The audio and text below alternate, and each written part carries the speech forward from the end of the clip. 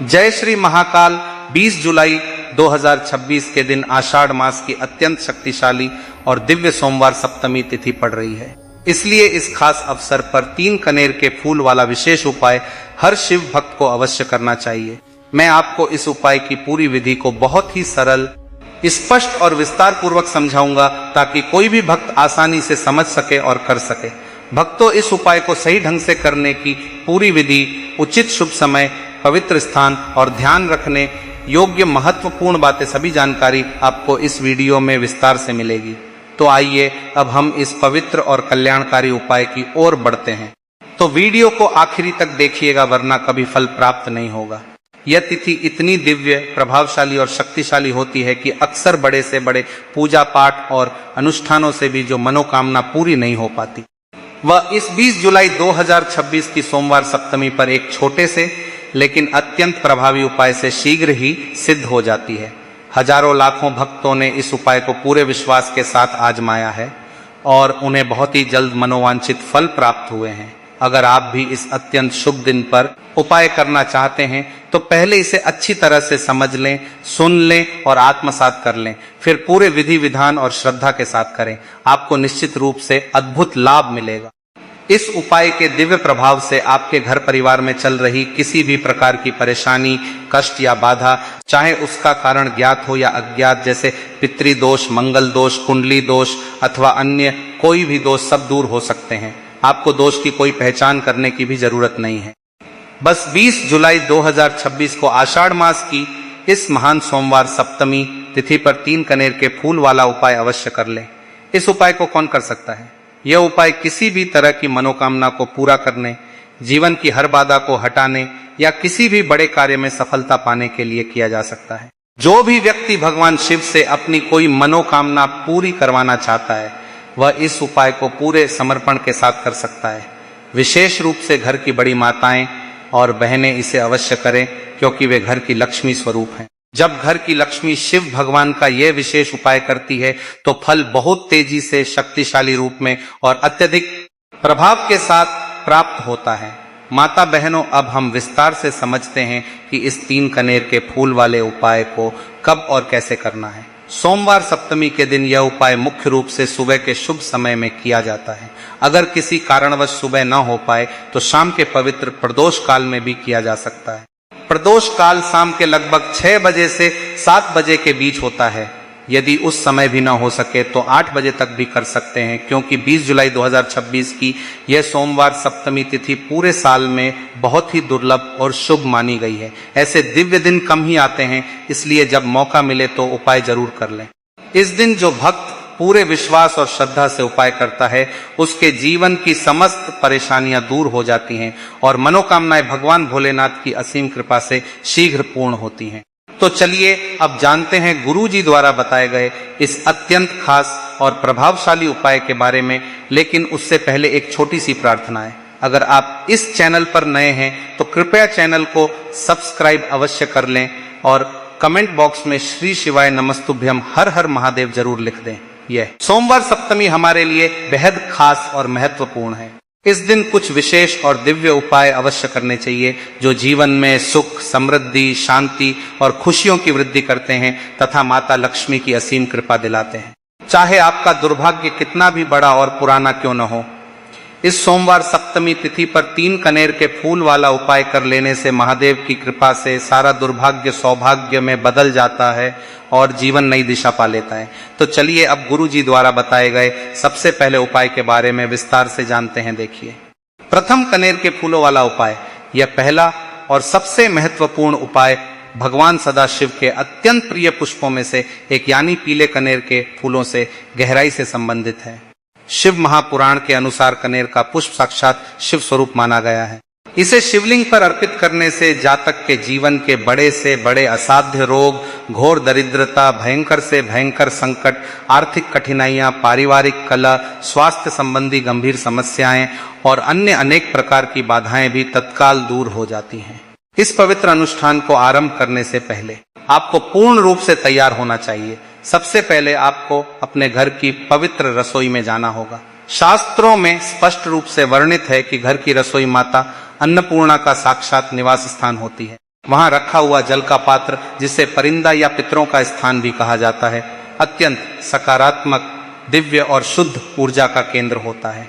आपको अपनी उसी पवित्र रसोई से एक स्वच्छ और उत्तम तांबे का लोटा चुनना है और उसमें अपने घर का शुद्ध स्वच्छ जल भर लेना है। इसके साथ ही आपको 5 अत्यंत सुंदर, ताजे, पूर्ण रूप से खिले हुए और कहीं से भी खंडित न हुए पीले कनेर के फूलों की व्यवस्था करनी होगी। इन पुष्पों को एकत्र करते समय विशेष ध्यान रखें कि वे पूरी तरह स्वस्थ, सुंदर और स्वच्छ हों। यदि आपको यह फूल आसानी से बाहर से उपलब्ध नहीं हो पाते तो शास्त्रों में इसके लिए एक बहुत ही सुंदर और उदार छूट दी गई है। जब आप भगवान शिव के मंदिर में प्रवेश करें और वहां शिवलिंग पर पहले से ही शुद्ध और साफ कनेर के फूल चढ़े हुए दिखाई दें तो आप अत्यंत विनम्रता और श्रद्धा पूर्वक महादेव से आज्ञा मांगकर उन फूलों को उठा सकते हैं। इसके बाद उन फूलों को साफ जल से अच्छी तरह धोकर आप पुनः अपनी पूजा के लिए उपयोग में ला सकते हैं, क्योंकि भगवान शिव पर अर्पित किए गए पुष्प कभी भी वासी, झूठे या अशुद्ध नहीं माने जाते। वे स्वयं दिव्यता से भरपूर रहते हैं। सामग्री को पूरी पवित्रता, शुद्धता और भक्ति भाव के साथ एकत्रित कर लेने के बाद जब आप देवाधिदेव महादेव के मंदिर यानी शिवालय की चौखट पर पहुंचे तो सबसे पहले अपने मन के भीतर चल रहे तमाम सांसारिक विचारों, चिंताओं, तनावों और व्यर्थ की उलझनों को पूरी तरह शांत कर लें। शिव मंदिर में बैठने की दिशा का एक अत्यंत महत्वपूर्ण और गहरा नियम है, जिसका पालन हर शिव भक्त के लिए अनिवार्य माना गया है। आपको हमेशा शिवलिंग की दक्षिण दिशा की तरफ अपना आसन लगाना चाहिए। जब आप दक्षिण दिशा में बैठेंगे तो आपका मुख स्वाभाविक रूप से उत्तर दिशा की ओर हो जाएगा। आध्यात्मिक और शास्त्रीय दृष्टिकोण से उत्तर दिशा को ज्ञान, सर्वोच्च चेतना, उच्चतम अध्यात्म और धन के देवता कुबेर की दिशा माना गया है। इसलिए इस दिशा में मुख करके की गई किसी भी प्रकार की पूजा, मंत्र जाप या अनुष्ठान का फल कई गुना बढ़कर प्राप्त होता है। बैठने के बाद अपनी समस्त पूजा सामग्रियों को अपने सामने आदर पूर्वक सावधानी से स्थापित करें और कुछ क्षणों के लिए आंखें बंद करके महादेव का गहन मानसिक ध्यान करें। अब आपको एक एक करके 5 निर्धारित स्थानों पर कनेर के फूल अर्पित करने की गुप्त, परम पवित्र और अत्यंत शक्तिशाली विधि को शुरू करना है। शिवलिंग का प्रत्येक भाग भगवान शिव के पूरे परिवार का प्रतिनिधित्व करता है, इसलिए इस क्रम को बहुत ही ध्यान से, गहराई से समझें और इसका अक्षरशः पालन करें।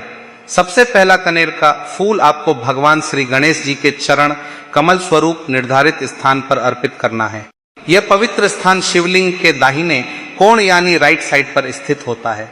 जब आप इस पहले फूल को वहां समर्पित कर रहे हों तो अपने मन में पूरी श्रद्धा, अटूट विश्वास और पूर्ण समर्पण के भाव के साथ श्री शिवाय नमस्तुभ्यम महामंत्र का धीरे धीरे लगातार जाप करें।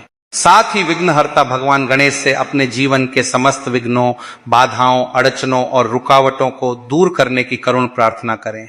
इसके तुरंत बाद आपको दूसरा कनेर का फूल भगवान श्री कार्तिकेय जी के निर्धारित स्थान पर अर्पित करना है। यह स्थान शिवलिंग के बाएं कोण यानी लेफ्ट साइड पर स्थित होता है। इस दूसरे पुष्प को चढ़ाते समय भी आपको अपने मन के भीतर उसी परम कल्याणकारी महामंत्र श्री शिवाय नमस्तुभ्यम का बेहद प्रेम पूर्वक, तन्मयता और एकाग्रता के साथ जाप करना है तथा भगवान कार्तिकेय से अपने जीवन में साहस, विजय, शक्ति और सफलता की कामना करनी है। तीसरा पुष्प आपको माता अशोक सुंदरी के परम पावन स्थान पर समर्पित करना है। यह स्थान जलाधारी के बिल्कुल मध्य में होता है, जहां एक मोटी उभरी हुई रेखा या नाग देवता जैसी सुंदर आकृति बनी होती है। माता अशोक सुंदरी भगवान शिव और माता पार्वती की सबसे छोटी और अत्यंत लाडली पुत्री है।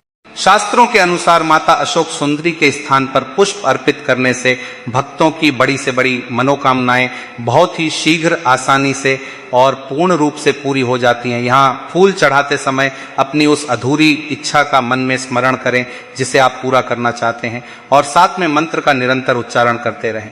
चौथा कनेर का पुष्प आपको जगत जननी माता जगदम्बा पार्वती के हस्तकमल पर अर्पित करना है।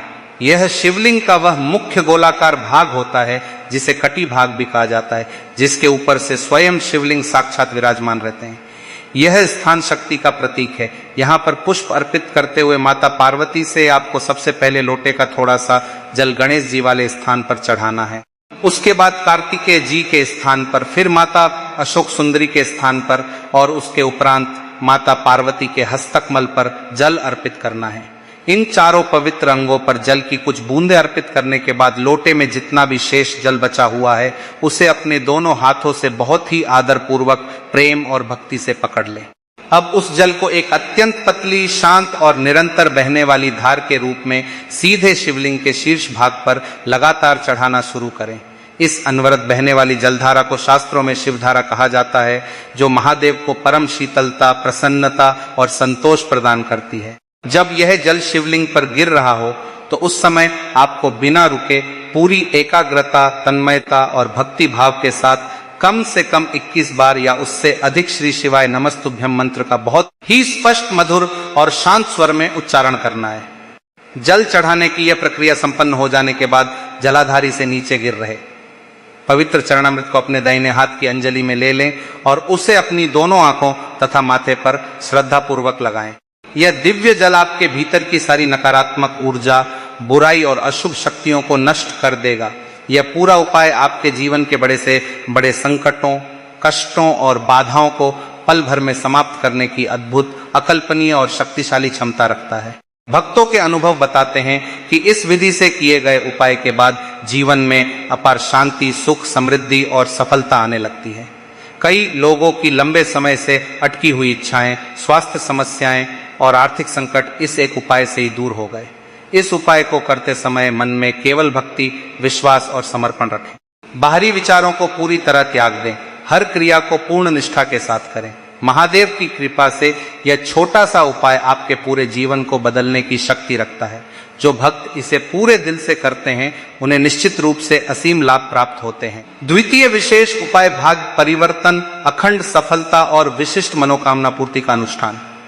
यह दूसरा उपाय हमारे उन सभी भाई बहनों के लिए एक अचूक और रामबाण प्रयोग सिद्ध होता है जो अपने जीवन के हर मोड़ पर लगातार कड़ा परिश्रम करने के बाद भी केवल असफलताओं का ही सामना कर रहे हैं। यदि आपका भाग्य आपका साथ बिल्कुल नहीं दे रहा है, रोजगार के लिए दिए जाने वाले इंटरव्यू में बार बार असफलता हाथ लग रही है, या फिर आपके बनते हुए काम भी अंतिम क्षणों में आकर अचानक बिगड़ जाते हैं, तो समझ लीजिए कि यह उपाय विशेष रूप से आपकी सोई हुई किस्मत को जगाने के लिए ही है। इस उपाय को करने के लिए आपको बहुत ही चुनिंदा, पवित्र और शुद्ध सामग्रियां अपने घर से जुटानी होंगी। आपको एक साफ तांबे के पात्र में अपने घर के पीने का शुद्ध जल लेना है और उसके साथ ही 11 साबुत चावल के दाने रखने हैं। चावल के दानों को लेते समय इस बात का विशेष ध्यान रखें कि वे कहीं से भी टूटे हुए, आधे या खंडित नहीं होने चाहिए, क्योंकि सनातन धर्म की पूजा पद्धतियों में अक्षत यानी बिना टूटे हुए चावल को पूर्णता और समृद्धि का प्रतीक माना गया है। इसके साथ ही आपको एक बहुत ही सुंदर और अत्यंत पवित्र सफेद रंग का पुष्प लेना होगा। आप मोगरा, चमेली, कुंद या कोई भी अन्य शुद्ध सफेद फूल ले सकते हैं, परंतु इस बात का कड़ाई से ध्यान रखें कि वह फूल केतकी का नहीं होना चाहिए, क्योंकि केतकी का फूल महादेव की पूजा में पूरी तरह से वर्जित माना गया है। इन सामग्रियों के साथ आपको 3 बहुत ही सुंदर और उत्तम किस्म के बेलपत्र भी लेने होंगे। बेलपत्र का चयन करते समय यह सुनिश्चित कर लें कि वे पत्तियां कहीं से भी फटी हुई, कटी हुई, सूखी हुई ना हो और ना ही उनमें कोई छोटा सा छेद हो। महादेव को हमेशा पूर्ण, स्वच्छ और सुंदर सामग्रियां ही अर्पित की जाती हैं, तभी वे प्रसन्न होते हैं। जब आप इन सभी अत्यंत दिव्य और पवित्र सामग्रियों को अपने साथ लेकर शिवालय के गर्भगृह में पहुंचे तो सबसे पहले शिवलिंग के सम्मुख बहुत ही शांत भाव से बैठ जाए। अपने मस्तिष्क को दुनिया भर की उलझनों और चिंताओं से पूरी तरह से मुक्त कर लें और अपना पूरा ध्यान केवल भगवान भोलेनाथ के दिव्य स्वरूप पर केंद्रित करें। इसके बाद आपको एक निश्चित शास्त्रीय क्रम में इन पवित्र वस्तुओं को शिवलिंग पर अर्पित करना शुरू करना है। सबसे पहले अपने दाहिने हाथ की हथेली में लिए हुए उन 11 अखंडित चावल के दानों को महादेव के ऊपर अत्यंत आदर पूर्वक समर्पित कर दें। चावल चढ़ाने के ठीक बाद आपको उस सुंदर सफेद पुष्प को महादेव के चरणों में यानी शिवलिंग के ऊपर बहुत ही कोमलता से अर्पित करना है। अंत में आपके पास जो 3 बेलपत्र हैं उन्हें अपनी उंगलियों से पकड़े और पूरी श्रद्धा के साथ शिवलिंग पर इस प्रकार समर्पित करें कि बेलपत्र का जो चिकना वाला हिस्सा होता है वह नीचे की तरफ रहे और सीधे शिवलिंग को स्पर्श करें। बेलपत्र को इस तरह चढ़ाना अत्यंत फलदायी माना गया है।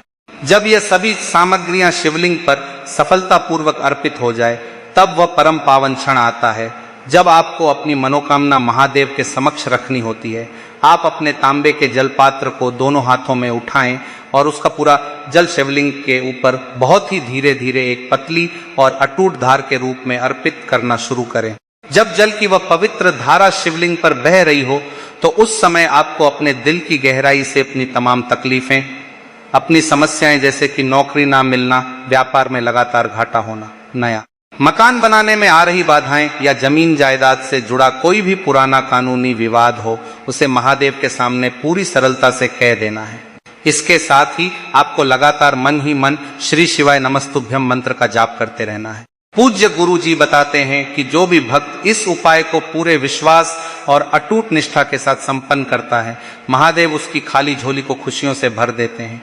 यदि आपको जानकारी अच्छी लगी हो तो कृपया इस वीडियो को एक प्यारा सा लाइक अवश्य प्रदान करें। इसके साथ ही हमारे इस चैनल को सब्सक्राइब करना बिल्कुल भी ना भूलें, ताकि भविष्य में भी आपको पूज्य गुरु जी द्वारा बताए गए ऐसे ही कल्याणकारी उपाय, व्रत त्योहारों की तिथियां और महत्वपूर्ण धार्मिक जानकारियां बिल्कुल सही समय पर निरंतर मिलती रहे। इस पावन कथा और उपायों को अपने मित्रों और परिवार के अन्य सदस्यों के साथ भी अवश्य शेयर करें। ओम नमः शिवाय।